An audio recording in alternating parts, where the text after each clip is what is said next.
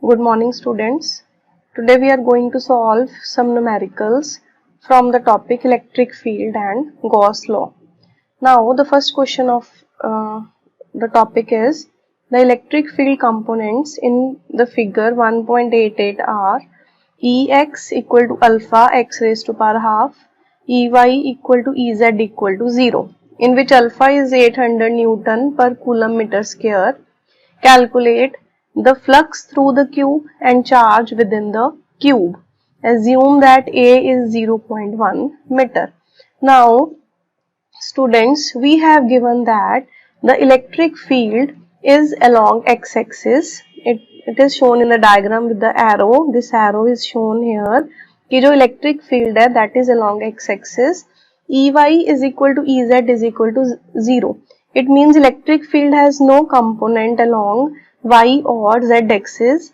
It lies along the x axis only. We have to calculate the flux through the cube. Now students, there are total 6 faces of the cube. The left face, the right face, the top one, the bottom one, the front face and the back face. So if we talk about the top face, then the area vector of the top face, this top face, it will have the area vector in the upward direction. Similarly, the downward face also has the area vector perpendicular outward in this direction. ये perpendicular outward, this is the direction of area vector. Now, electric field is this way.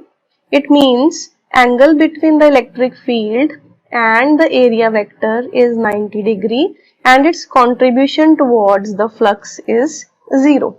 Similarly, for the bottom front face we can say and the back face.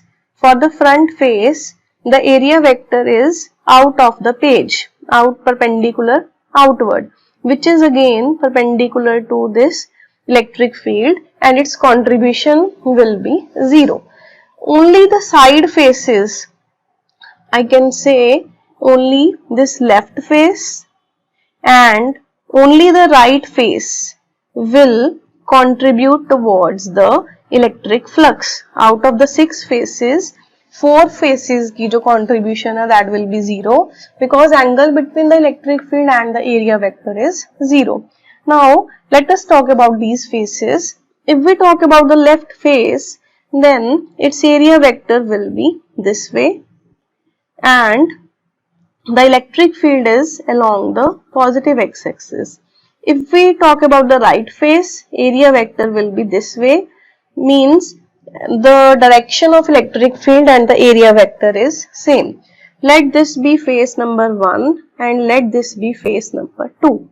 Now, the total flux will be the sum of flux due to first phase and flux due to second phase. In the beginning, we will mention कि जो rest only the phases 1 and 2 will contribute towards the flux and due to other phases, the angle between the electric field and the area vector is 0 and say so they will not contribute towards the electric flux. Now, for the first phase, flux हमारे पास किसके equal होती है E ds cos theta. तो यहाँ पे अगर हम values put करें इलेक्ट्रिक फील्ड, अब मैं वैल्यूज इसमें फॉर्मूला में साइड पे लिख रही हूँ, flux is E ds cos theta. Now जो क्यूब है, क्यूब की each side of the cube is equal to a. Small a is the side of the cube. Now electric field at first face, अगर हम ये वाले equation use करें तो alpha first phase के लिए x की वैल्यू किसके इक्वल है, a के इक्वल है. तो a फर्स्ट फेज पे x की वैल्यू को हमने a पुट कर दिया, a अंडर रूट a की पावर क्या है, हाफ है. Then ds will be equal to a square. जो सरफेस है, सरफेस का area side into side a square के इक्वल होएगा और इस फर्स्ट फेज के लिए जो इलेक्ट्रिक फील्ड है और एरिया वेक्टर है उसकी डायरेक्शन जो है वो ऑपोजिट है, तो angle is 180 degree. Now for the second phase electric field is alpha और इस सेकेंड फेस पे x की वैल्यू हमारे पास क्या हो जाएगी 2a। ये टोटल डिस्टेंस यहां तक का it is equal to 2a under the root area is ds is again a square and angle between them is cos 0 degree. Now alpha it is common in both the cases. Alpha की value हम यहां से put कर देते हैं, it's 800, alpha is 800 और हमारे पास a की पावर क्या आएगी 3/2। a की पावर 2 है और a की पावर हाफ है। अगर हम इसको ऐड कर देंगे, एक पावर हाफ है एक 2 है, सॉरी इट विल बी, जब हम एलसीएम लेंगे ये आ जाएगी 5/2। a की पावर क्या है हमारे पास, a की वैल्यू है 0.1 और 0.1 इसकी पावर है हमारे पास, इट्स 5/2। देन हमारे पास cos 180 की वैल्यू इज -1। ये मैंने अल्फा की वैल्यू पुट की 800, फिर इन दोनों की पावर्स को कलेक्ट कर लिया, a की वैल्यू पुट कर दी 0.1, दोनों पावर्स ऐड करके हमारे पास आ गई 5/2 और cos 180 की वैल्यू पुट कर दी -1, तो अभी मैंने कुछ भी कॉमन नहीं लिया। फिर नेक्स्ट देखो, फिर अल्फा की वैल्यू 800, ये 2 का अंडर रूट, 2 की पावर हाफ, उसको अलग से लिख लेते हैं अंडर रूट 2 और a की पावर सेम है half plus 2, it's 5/2 and cos 0 is 1. So this is our whole equation. a की वैल्यू भी यहाँ पे पुट कर देते हैं, it's 0.1 power 5/2. Now 800 is common, 0.1 raised to power 5/2 is common and we are left with under root 2 minus 1. ये पीछे वाली टर्म मैंने आगे लिख ली, फर्स्ट टर्म में नेगेटिव साइन है तो उसको मैंने पीछे शिफ्ट कर लिया, तो अंडर रूट 2 माइनस 1 ये हमारी टोटल फ्लक्स आ गई। और फ्लक्स जो है, फ्लक्स के यूनिट क्या होते हैं, electric flux, flux is EDS, electric field into area. Electric field के यूनिट क्या होते हैं, न्यूटन पर कूलम और एरिया के metre square. It means flux के यूनिट क्या आएंगे, न्यूटन मीटर स्क्वायर पर कूलम। इसको आप ऐसा ही छोड़ सकते हो, इसको मैंने फर्दर सॉल्व या सिंप्लीफाई नहीं किया। फिर इसका next part is charge within the cube. We have to find the charge within the cube. Now by using the Gauss law we know that flux is Q upon epsilon naught. So to find the charge we have to multiply the flux with the term epsilon naught. epsilon naught से हम इसको multiply करेंगे, flux into epsilon not. ये हमारे पास flux की value है 800, 0.1 power 5/2। इसको आप सिंप्लीफाई करना चाहते हो कर सकते हो, लाइक अंडर रूट 2 इज 1.4, -1 करोगे तो 0.4 आ गया and like this. Otherwise as such भी रखोगे तो कोई प्रॉब्लम नहीं है।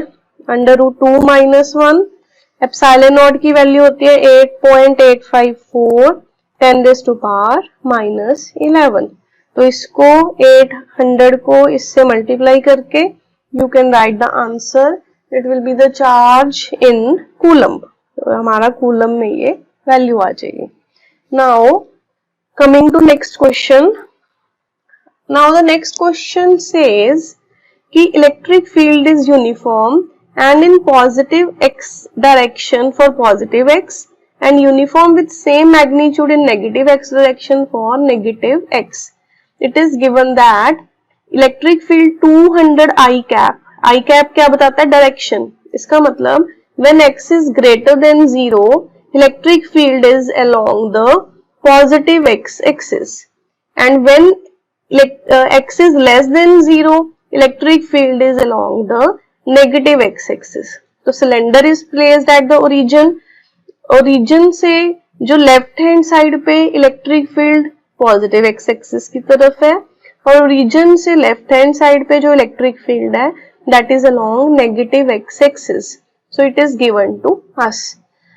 Then a right circular cylinder of length 20 cm, radius 5 cm has its center at the origin and its axis along the x axis so that one face is at x equal to 10 centimeter and other is at -10.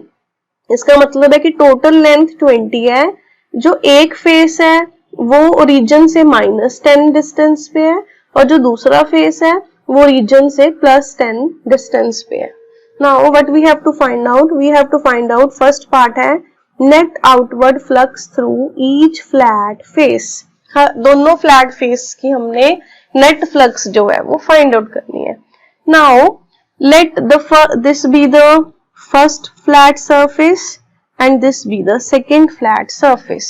Now flux linked with first surface, it will be equal to flux का formula E ds cos theta. Now electric field, the magnitude is given to us 200. electric field की value हमने put की 200. Now the radius is given 5 centimeter. ये हमारे पास जो lid है वो एक सर्कल की शेप में होएगी और सर्कल का रेडियस हमें गिवन है 5 सेंटीमीटर. तो हमारे पास एरिया क्या लिखेंगे हम, सर्कल का एरिया क्या होता है पाई are square.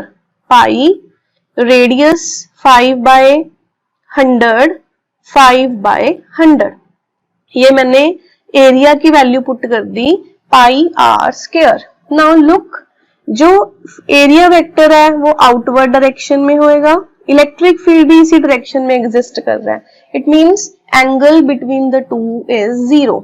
It is cos 0 degree. Now we can simplify this. These two zeros will be cancel out. It's 5, नीचे 20 पे इसको कट कर दिया हमने, ये एक 2 कैंसिल हो गया, तो we are left with 0.5.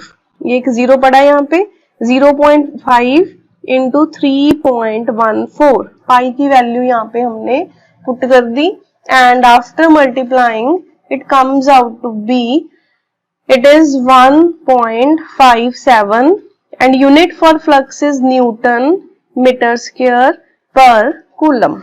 Now अगर हम सेकेंड फेज के लिए वैल्यू फाइंड आउट करें, सेकेंड फेज पे भी इलेक्ट्रिक फील्ड की वैल्यू सेम है, एरिया वेक्टर भी सेम है, दोनों लिड्स आइडेंटिकल हैं and angle is also 0 because right hand side पे इलेक्ट्रिक फील्ड इस तरफ है, इसका एरिया वेक्टर भी इस तरफ है, angle between them is 0 degree. तो same flux will be there due to the second phase, that is 1.57 newton metre square पर coulomb. Now the second part is what is the flux through side of cylinder. So the side of cylinder, for the side electric field is this way, ये red इससे shown है, area vector will be outward. अगर हम यहाँ पे एक छोटा सा portion लें तो area vector क्या होएगा outward. Electric field is this way, it means angle between them is 90 degree and its contribution towards the flux will be 0. तो सेकेंड पार्ट के लिए ये हमारा फर्स्ट पार्ट है. For second part the total contribution towards the flux is 0 because angle between the area vector and the electric field is 90 degree. इसको हम लिख सकते हैं E ds cos 90. So flux will be 0. Then next question is what is the net outward flux through the cylinder. अब net flux means we have to add up all these three values. This will be the total flux. तो third की तो contribution 0 है, जो curve surface की contribution क्या है 0, और फर्स्ट 2 को जब हम ऐड कर देंगे that will be the net outward flux and after adding we get 3.14 Newton meter square per coulomb. This is our third part. We have simply added all the three values. Then next it is asked net charge inside the cylinder. In the जैसे हमने last question में किया था, phi is q by epsilon naught. When you multiply it by epsilon naught, you will get total charge inside the cylinder. Remember the value of epsilon naught, and you will it is 8.854. epsilon naught की value 8.854 10 raised to power -12. Last question में भी हमने use की थी, right है -11, यहाँ पे -12. It is 8.854, 10 raised to power minus 12. Now, coming to the next question. Here we have given 2 point charges of 16 microcoulomb and minus 9 microcoulomb are placed 8 centimeter apart in air. Determine the position of point at which resultant field is 0. So what we have given, I am drawing the diagram by myself only. हमें ये given है कि दो charges है, one is of 16 microcoulomb and other is minus 9 microcoulomb.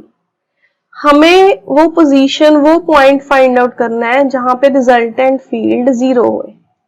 Now let the first charge be A, second charge be B.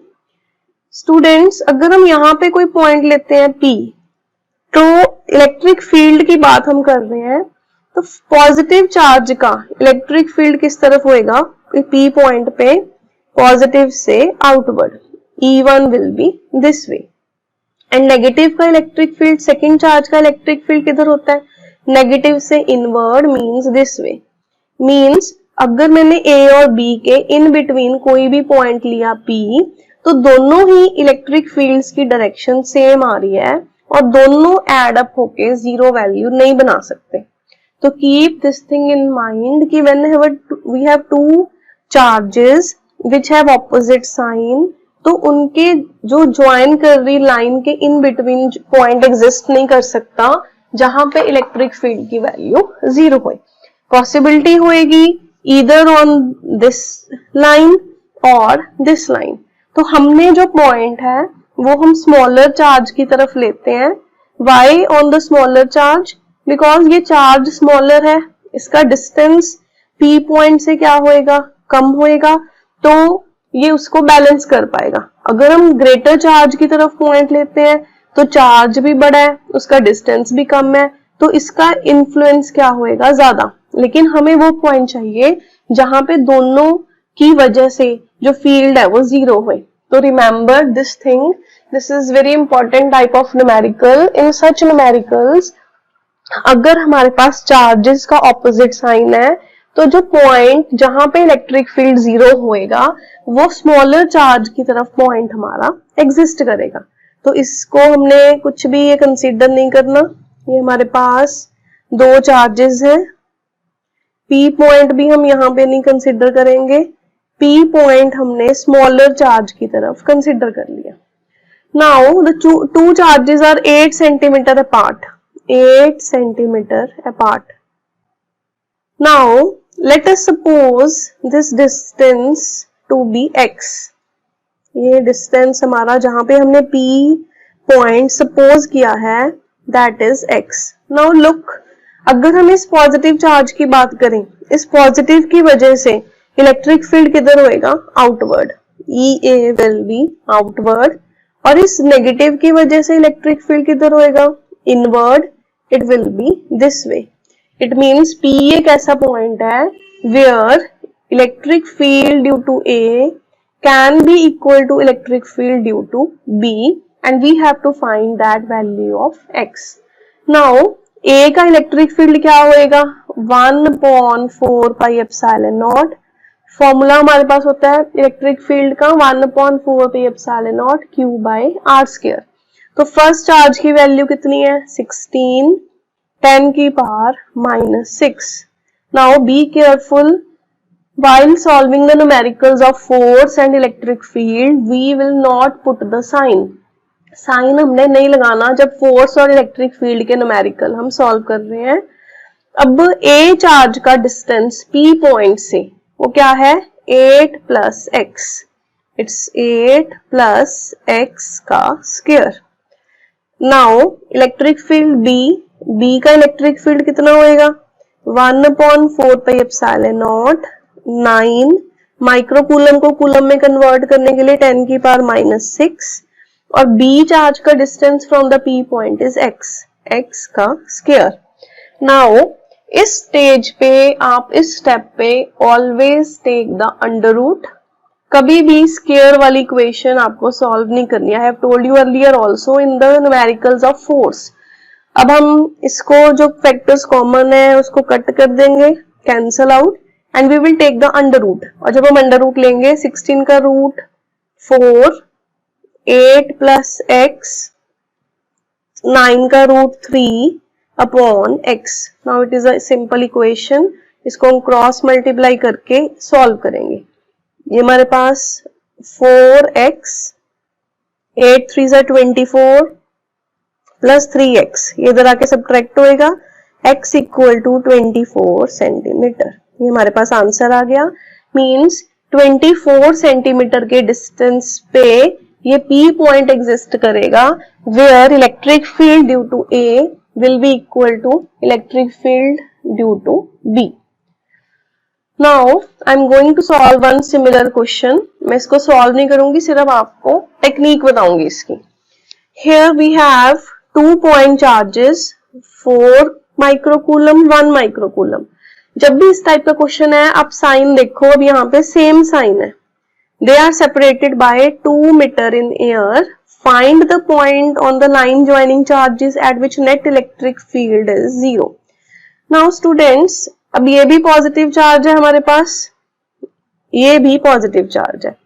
अगर हम first charge की बात करें, पॉजिटिव से इलेक्ट्रिक फील्ड किधर होएगा, आउटवर्ड, दिस वे।